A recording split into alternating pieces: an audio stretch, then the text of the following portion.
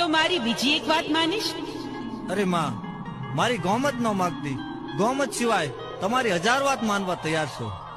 ભલે બેટા જગમાલ, તારી ગોમત નહીં માંગુ. બસ તો સાંભળ, ધોળકાના રાજાના ખજાનામાં 1.25 લાખની મેઘાડંબર ચુંદડિયું છે. તો તું એમાંથી એક લાવીને મને ઓઢાડ. ભલે માં, અત્યારે જ હું ધોળકા જાઉં છું અને 1.25 લાખના મેઘાડંબરની ચુંદડીઓ છે, જરૂર તમને ઓઢાડીશ.